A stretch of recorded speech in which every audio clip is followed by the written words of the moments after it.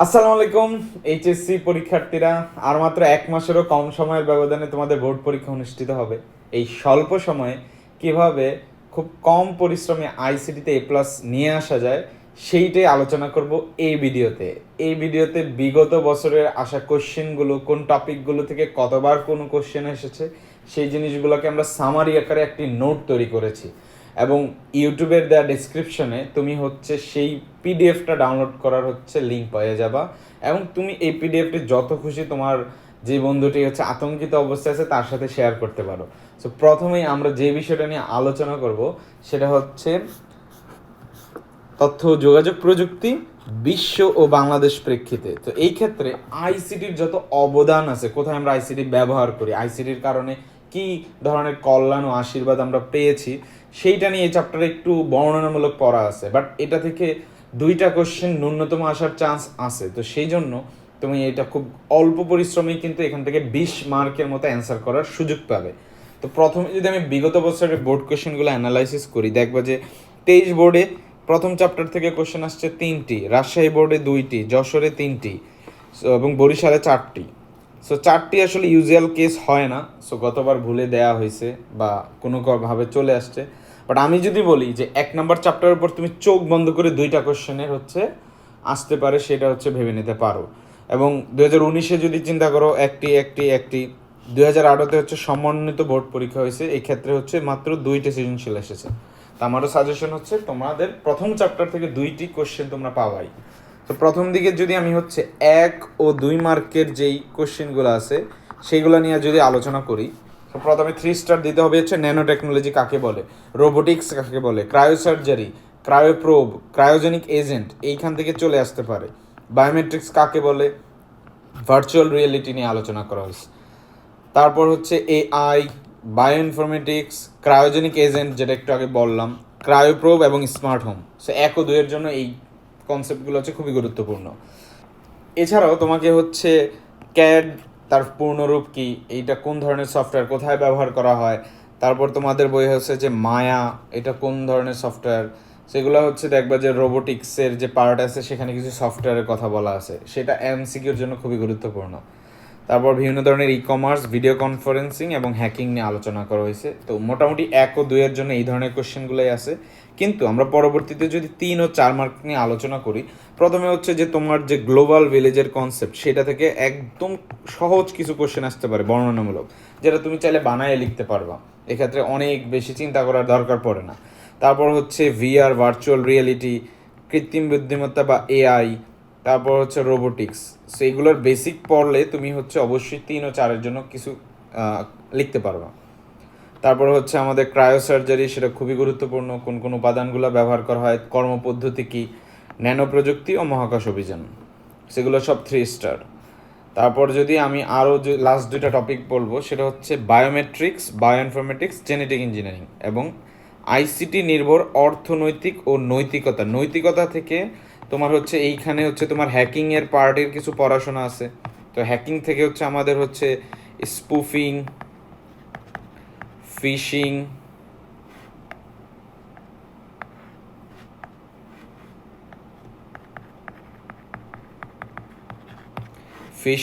ভিশিং। So এই ধরনের হ্যাকিংয়ের কিছু টপিক নিয়ে বলা আছে। তো এই ক্ষেত্রে আমি একটু বলবো যে বায়োমেট্রিক্সে তোমার 5 থেকে 7টা টপিক, একই ধরনের টপিক শুধু রিপিট হয়েছে। তো তুমি যদি একটা বুঝতে পারো যে কিভাবে কাজ করে, যে তোমার হচ্ছে প্রথমে যেহেতু আমরা বায়োলজিক্যাল তথ্যগুলো বা বৈশিষ্ট্যগুলোকে মেজার করার চেষ্টা করি, তো সেই ক্ষেত্রে দেখবা যে প্রসেসগুলো মোটামুটি সেম থাকে। সো লাস্টলি আমি যেটা বলবো সেটা হচ্ছে তোমরা বায়োমেট্রিক্সে 5 থেকে 7টা টপিক আছে, বাট সবগুলো কনসেপ্ট সেম। সো তুমি একটা ভালো করে পড়ো, বাকিগুলো জাস্ট একবার রিডিং পড়লে মোটামুটি ধরে ফেলতে পারবা। সো এই ছিল আমাদের প্রথম অধ্যায়ের মোট হচ্ছে 3 ও 4-এর জন্য টোটাল যে ইম্পর্টেন্ট 5টা টপিক। তো আমি হচ্ছে এই পুরো চ্যাপ্টারটা 100 পেজেরও বেশি, সেটা হচ্ছে আমি জাস্ট মাত্র 1 ঘন্টার মধ্যে হচ্ছে কভার করেছি। যারা মনে করো যে এই কম সময়ে হচ্ছে তুমি বই পড়ার মতো সময় পাবা না, কিন্তু পুরো চ্যাপ্টারটার সম্পর্কে একটা বেসিক আইডিয়া নিতে চাও 1 ঘন্টার মধ্যে, তাহলে তোমরা ভিডিওটা দেখতে পারো। সো আমি তারপরে চলে যাব পরবর্তী টপিক, পরবর্তী চ্যাপ্টারের নাম হচ্ছে কমিউনিকেশন সিস্টেমস ও নেটওয়ার্কিং। সো কমিউনিকেশন সিস্টেম ও নেটওয়ার্কিংয়ের মধ্যে ইম্পর্টেন্ট পার্ট হচ্ছে নেটওয়ার্ক কাকে বলে। 2টা ডিভাইস কানেক্ট হলেই তাকে আমরা হচ্ছে নেটওয়ার্ক বলতে পারবো। তো আমাদের হচ্ছে বিগত বছরের কোশ্চেনগুলো যদি অ্যানালাইসিস করো, ঢাকা বোর্ডে 2টা, রাজশাহীতে 1টা, যশোরে 1টা, বরিশালে 2টা, দিনাজপুরে 3টা, বাট আমি যেটা বলবো যে 2 থেকে 1টা বা 2টা কোশ্চেন আসার চান্স অনেক বেশি, 3টা হওয়ার চান্স একটু কম। সো 19-এর ক্ষেত্রেও দেখো 1 3 2 1 3, বরিশালে হচ্ছে 4টা। সো সমন্বিত বোর্ডে 2018 সালে আছে হচ্ছে 4টা কোশ্চেন। সো জাস্ট চিন্তা করো, 8টা কোশ্চেনের মধ্যে 4টাই হচ্ছে 2 নম্বর চ্যাপ্টার থেকে। সো একেবারেই না পড়ে যাওয়াটা আসলে অনেক রিস্কের। তো প্রথমে যদি আমি হচ্ছে 3 ও 4 মার্কের যেই কোশ্চেনগুলো আছে সেগুলো একটু আগে আলোচনা করব। সেটা হচ্ছে ডেটা কমিউনিকেশন ও ব্যান্ডউইথের ডিটেলস নিয়ে হচ্ছে 3 ও 4-এর কোশ্চেন আসে। ডেটা ট্রান্সমিশন মেথডের থাকে, ডেটা ট্রান্সমিশন মোডের থাকে, তারপর হচ্ছে নেটওয়ার্ক বা টপোলজি। টপোলজিকে তো আমি 5 স্টার দেবো, এটা একটু ভালো করে পড়ে নিবা। তারপর হচ্ছে ডেটা ট্রান্সমিশন মাধ্যম, এটা কি হতে পারে, গাইডেড হতে পারে, আনগাইডেড হতে পারে। গাইডেড হচ্ছে ওয়্যার্ড মাধ্যম, যেটা হচ্ছে তারযুক্ত, আর আনগাইডেড হচ্ছে কি ওয়্যারলেস, যেটা হচ্ছে তারবিহীন মাধ্যম। সো এই ক্ষেত্রে আমি তোমাদের বলবো যে ওয়্যারলেসের ক্ষেত্রে বিভিন্ন যে ব্লুটুথ আছে, তারপর হচ্ছে তোমার ওয়াইফাই আছে, সো ওয়াইম্যাক্স আছে। সো এগুলো কোন প্রযুক্তিতে চলে, কোন প্রযুক্তি ব্যবহার করা হয়েছে, এই কোশ্চেনটা এমসিকিউর জন্য পড়ে নেবা। কোন প্রযুক্তি ব্যবহার করা হয়েছে বা স্ট্যান্ডার্ড কি, যে ব্লুটুথের স্ট্যান্ডার্ড প্রযুক্তি কি।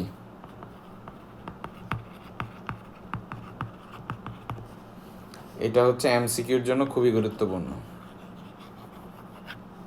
এরপরে হচ্ছে মোবাইল ফোনের বিভিন্ন জেনারেশন, যেখানে আমরা জানি যে 1 to 5G, 5টা জেনারেশনের ডিটেলস আলোচনা করা আছে। তো এইটা হচ্ছে একটু মুখস্থ করা একটু প্যারা, কারণ অনেক ইনফো আছে। বাট তুমি হচ্ছে একবার একটু পড়লে যে এক জেনারেশন থেকে আরেক জেনারেশনে মোবাইলের ফিচারের কি চেঞ্জ হয়েছে সেটা একটু মোটামুটি ধরে ফেলতে পারবা। এরপরে যদি আমি হচ্ছে 2 নাম্বার চ্যাপ্টারের 1 ও 2 মার্কের যে কোশ্চেনগুলো আছে সেগুলোর জন্য যদি আমরা আলোচনা করি, তাহলে হচ্ছে ডেটা কমিউনিকেশন কাকে বলে, ডেটা কমিউনিকেশন সিস্টেম কাকে বলে, ব্যান্ডউইথ যে 3টা প্রকারভেদ আছে, ন্যারো ব্যান্ড, ভয়েস ব্যান্ড ও ব্রডব্যান্ড। সো কত হলে ন্যারো ব্যান্ড, কত হচ্ছে বেশি হলে ব্রডব্যান্ড, এইটা হচ্ছে ইম্পর্টেন্ট। সিনক্রোনাস ও অ্যাসিনক্রোনাস যে ডেটা ট্রান্সমিশন মেথড, সো এইটা খুব গুরুত্বপূর্ণ। সো এইটাতেই আমি অনেকের হচ্ছে অনেক ধরনের প্রবলেম দেখছি। তো তার জন্য আমি যেটা করব, জাস্ট এই পার্টটুকু একটা সম্পূর্ণ প্লে লিস্ট 20 থেকে 25 মিনিট লাগবে, সেটা তোমরা দেখে নিতে পারো। সেটা হচ্ছে আমাদের ইউটিউবের ডেসক্রিপশনে দেয়া থাকবে। যে মেথড যদি মনে হয় যে একটু জটিল, তাহলে হচ্ছে পুরোটুক তুমি হচ্ছে ভালো করে পড়ে নিতে পারবা। তারপর হচ্ছে যে নেটওয়ার্ক টপোলজি কাকে বলে, যেটা বললাম, যে এর মধ্যে আবার মাঝে মাঝে আসে যে ক্ষয়ের জন্য যে কোন টপোলজিটা better. Cloud computing super important, এটাতে চাইলে একটু ভালো করে পড়লে তোমরা অনেক বেশি বানায় লিখতে পারবা। ওয়্যারলেস কমিউনিকেশন, ফুল ডুপ্লেক্স, দেন হচ্ছে সুইচ। তো সুইচের ক্ষেত্রে আমি একটা কোশ্চেন বলবো যে অবশ্যই যে তোমরা হচ্ছে এই কোশ্চেনটা পাবা, হাব ও সুইচের মধ্যে পার্থক্য। হাব ও সুইচের মধ্যে পার্থক্য, এই কোশ্চেনটাও কিন্তু আসে। তারপর হচ্ছে ওয়াইফাই, ওয়াইম্যাক্স ও ব্লুটুথ, এদের যে স্ট্যান্ডার্ডটা, যেটা আমি একটু আগেও বললাম। তারপর এনআইসির যে ফুল ফর্ম, সেটা হচ্ছে network interface card, network interface card. এনএফসির ফুল ফর্ম মডেম, এবং এই যে হাব ও সুইচের যে পার্থক্য। তার ক্ষেত্রে আমরা পরবর্তী সবচেয়ে গুরুত্বপূর্ণ চ্যাপ্টারে চলে যেতে পারি, সেটা হচ্ছে নাম্বার সিস্টেম, সংখ্যা পদ্ধতি ও ডিজিটাল ডিভাইস। অনেক বড় একটা চ্যাপ্টার, বাট খুবই খুবই খুবই গুরুত্বপূর্ণ। তো তুমি যদি বুঝতে পারো যে কোথায় ফোকাস দেওয়া উচিত, তাহলে হচ্ছে খুব ইজিলি এই চ্যাপ্টারের সবগুলো কোশ্চেনই হচ্ছে সম্পূর্ণ, মানে 100% মার্ক পাওয়া পসিবল, 10-এ 10 পাওয়া পসিবল। তো সেক্ষেত্রে দেখো ঢাকা বোর্ডে গতবার হচ্ছে 2টা, রাজশাহীতে 2টা, যশোরে 3টা। সো মোটামুটি 2টা থেকে 3টা। সো আমি বেট করে বলবো যে যদি ধরো 2 নম্বর চ্যাপ্টারে একটা আসে, এখানে 3টা আসার চান্স আছে। বাট 3টা যদি নাও আসে, অ্যাটলিস্ট 2টা পাবাই। সো এরপরে দেখো যে সংখ্যা পদ্ধতির রূপান্তর, তো এইখানে হচ্ছে যে আমরা হচ্ছে 12টা টাইপ নিয়ে আলোচনা করি। সো 12টা টাইপের মধ্যে আমরা আবার হচ্ছে জানি যে 6টা হচ্ছে ইম্পর্টেন্ট টাইপ। সো কোন 6টা ইম্পর্টেন্ট টাইপ, সেইটা হচ্ছে আমাদের হচ্ছে এই চ্যাপ্টারের একটা প্লে লিস্ট আছে, সেখানে আমি সুন্দর করে আলোচনা করছি।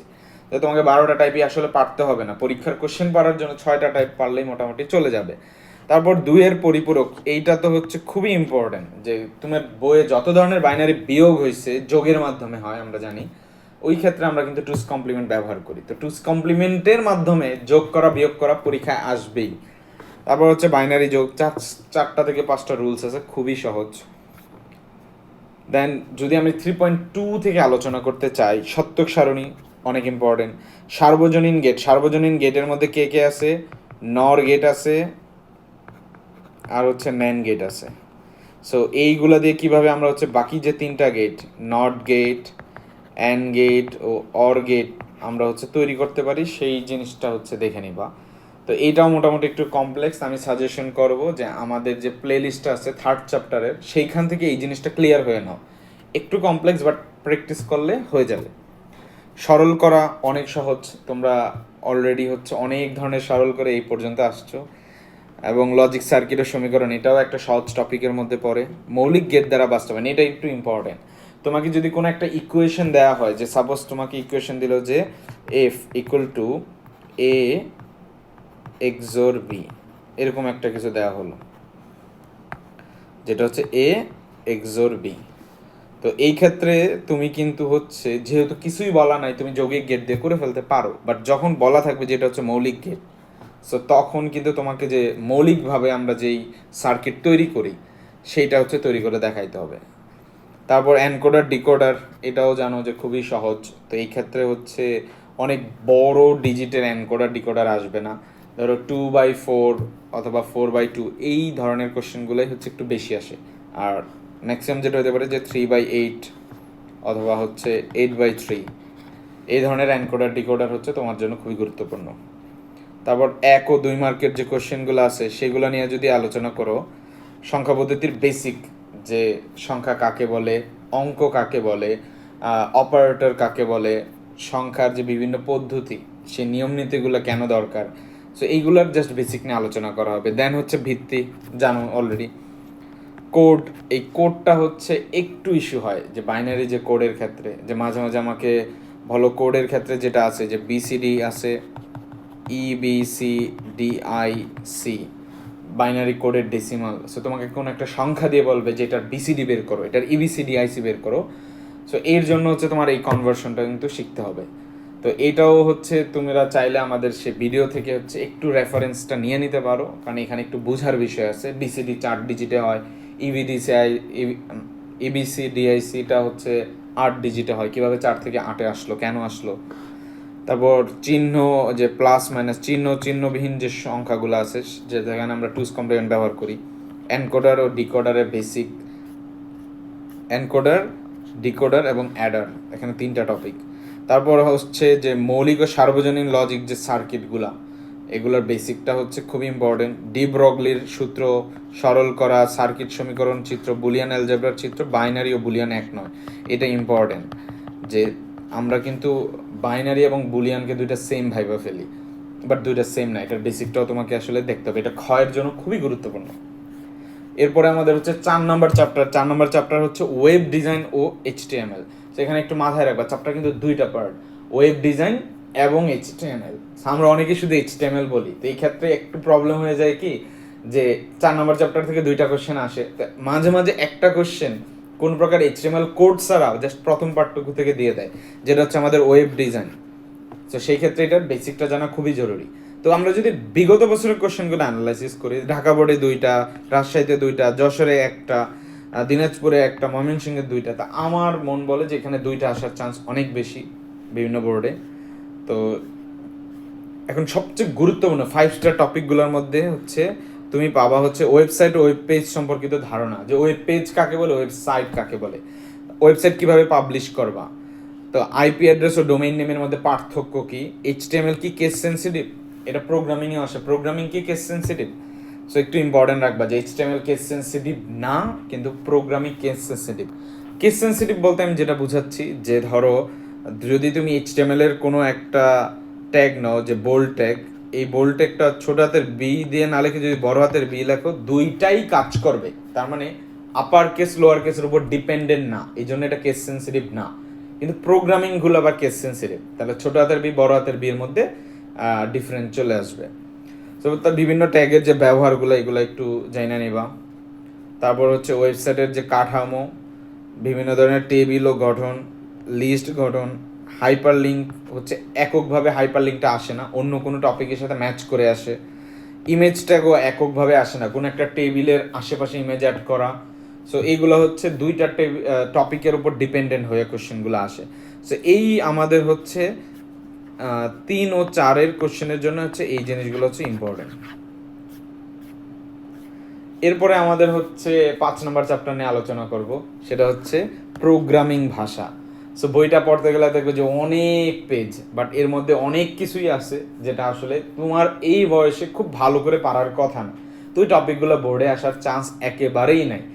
এই একটা জায়গাতে তুমি যদি একটু বুঝে পড়তে পারো, তুমি হচ্ছে প্রোগ্রামিং কেন শুরু করতে চাও না, অনেক বড় হওয়ার কারণে, বাট তুমি যদি বুঝতে পারো যে কোন টপিকগুলো আসেই না, তো সেখানে আসলে সময় না দিয়ে কোনটা আসে সেটা দিলে কিন্তু এই চ্যাপ্টার থেকে খুব ভালো করে তুমি অ্যান্সার করতে পারবা।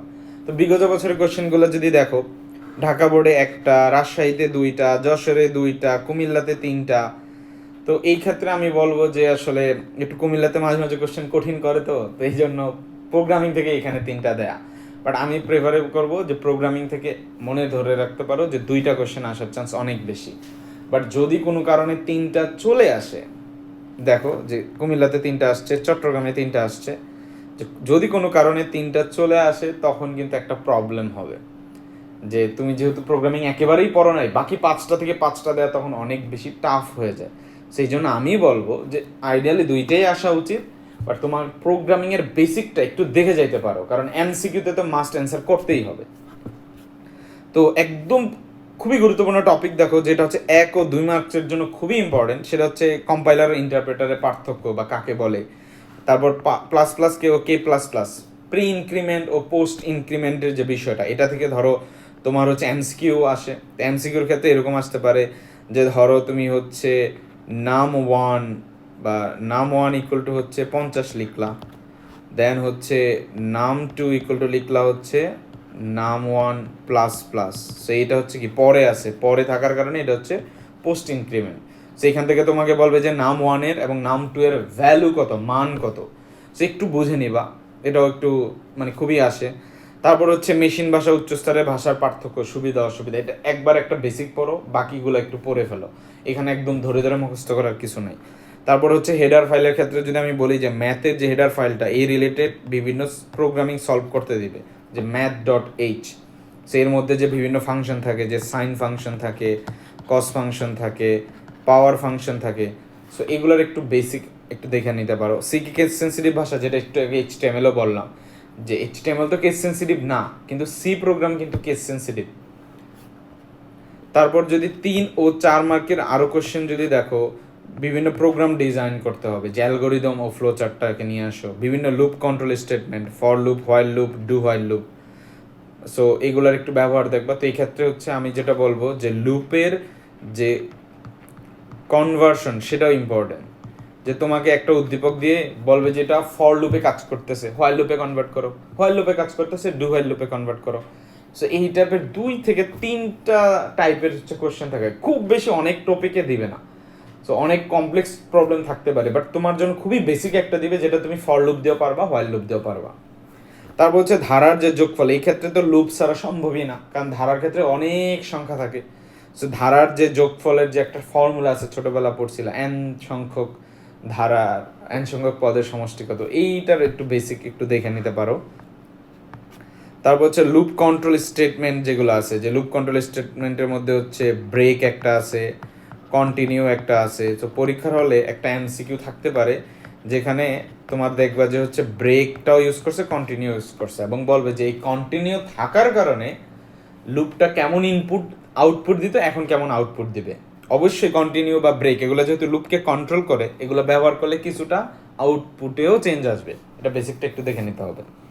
তারপর আসে কন্ডিশনাল স্টেটমেন্ট, আমি বলবো যে এইটা হচ্ছে সবচেয়ে সহজ একটা পার্টের মধ্যে, যে যদি একটা শর্ত মিলে তাহলেই কাজ করতে হবে, যে ইফ এলসের যে বিষয়গুলো। তারপর যদি 3 ও 4-এর জন্য আরও কোশ্চেন বলো, সেক্ষেত্রে লসাগু গসাগু খুবই ইম্পর্টেন্ট, আমি বলবো না, কারণ হচ্ছে মোটামুটি আসে, বাট এটা একটু কঠিন আসলে অনেকের জন্য, যে একেবারেই সময় দেয়নি তার জন্য কঠিন। তো তোমাকে যদি একটু সময় দেওয়ার সুযোগ হয়, তাহলে তুমি কিন্তু লসাগু এবং গসাগু বের করার নিয়মটা শিখে নিতে পারো। তো এইটাকে আমি বিগত বছরের কোশ্চেন আসার বেসিসে আমি হচ্ছে 1 স্টার দেবো, বাট অবশ্যই শিখতে পারলে তোমাদের কাছে খুবই ভালো লাগবে। তারপর আয়তক্ষেত্র, বৃত্ত বা ত্রিভুজের যে ক্ষেত্রফল, একদম বেসিক লেভেলের কোশ্চেন। তাপমাত্রা, বিভিন্ন স্কুলের কোড রূপান্তর, সেটা হচ্ছে যে এই ধরনের প্রবলেমগুলা তোমার হচ্ছে টেক্সট বুকের যে ফর্মুলা থাকে, টেক্সট বুক ফর্মুলা, এই টাইপের হচ্ছে কোশ্চেন দিয়ে হচ্ছে অনেক বেশি আসে। সো জাস্ট ফর্মুলা রিলেটেড যত কিছু আছে সব একই। এই ত্রিভুজের ক্ষেত্রফল বের করা যেই কথা, তাপমাত্রা অর্থাৎ ধরো ফারেনহাইট থেকে সেলসিয়াসে নেও একই কথা, তুমি জাস্ট হচ্ছে একটা সমীকরণ নিয়ে কাজ করবা, তেমন কিছুই না। তারপর হচ্ছে ধারার বর্গ এর যোগফল, এটাও হচ্ছে ফর্মুলা আছে। প্রোগ্রাম গঠনের যে 6টা ধাপ থাকে, সো সেগুলোর একটু বেসিক নিয়ে হচ্ছে এখানে আলোচনা করা হয়েছে। সো এই হচ্ছে আমাদের সাজেশন। সো এটা হচ্ছে দি এন্ড। সো এক্ষেত্রে আমি যদি বলি যে লাস্টে একটু কথা বলবো, সেটা হচ্ছে সাজেশন হচ্ছে যেহেতু সময় কম, তোমাকে কোনটা পড়তে হবে সেইটার জন্য হচ্ছে সহায়ক হিসেবে নিতে পারো। বাট আমি এটা বলবো না যে এর বাইরে তুমি পড়বাই না। যদি তোমার সুযোগ থাকে এইগুলা পড়ার পর তুমি বাকি চ্যাপ্টারের একটু এমসিকিউ বেশি করে করো, টেস্ট পেপার সলভ করো, সেটা হচ্ছে আমি অ্যাপ্রিসিয়েট করবো। আমিও এটাই চাই যে যদি তোমার কাছে সময় হয় তুমি সম্পূর্ণটাই দেখবা। বাট ধরো আমি যদি আমার কথা বলি, যে আমাদের সময় আমরা যদি প্রোগ্রামিংটা পুরো ইগনোরও করে দিতাম, 6টা চ্যাপ্টার ছিল, প্রোগ্রামিং পুরো বাদ দিলে বাকি ছিল 5টা থেকে ইজিলি হচ্ছে A+ নিয়ে আসা যেত।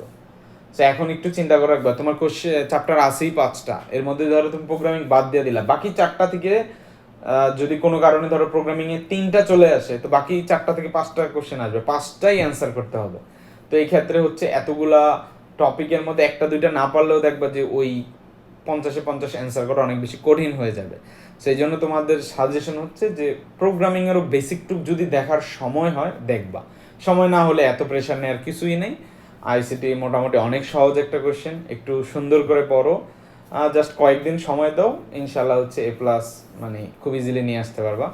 সো তার আগ পর্যন্ত হচ্ছে সবাই ভালো থাকো, সুস্থ থাকো, এবং এই ভিডিওটা দয়া করে যত ফ্রেন্ডের সাথে শেয়ার করা যায় তাদেরকে হচ্ছে শেয়ার করতে পারো। এবং পিডিএফটা একদম ফ্রি, তোমরা হচ্ছে ডাউনলোড করে যত পারো, যার কাছে হচ্ছে যেভাবে পারো হচ্ছে তুমি আইদার হচ্ছে এই ভিডিও লিঙ্ক দিয়ে দিতে পারো অথবা পিডিএফটা ফরওয়ার্ড করে দিতে পারো।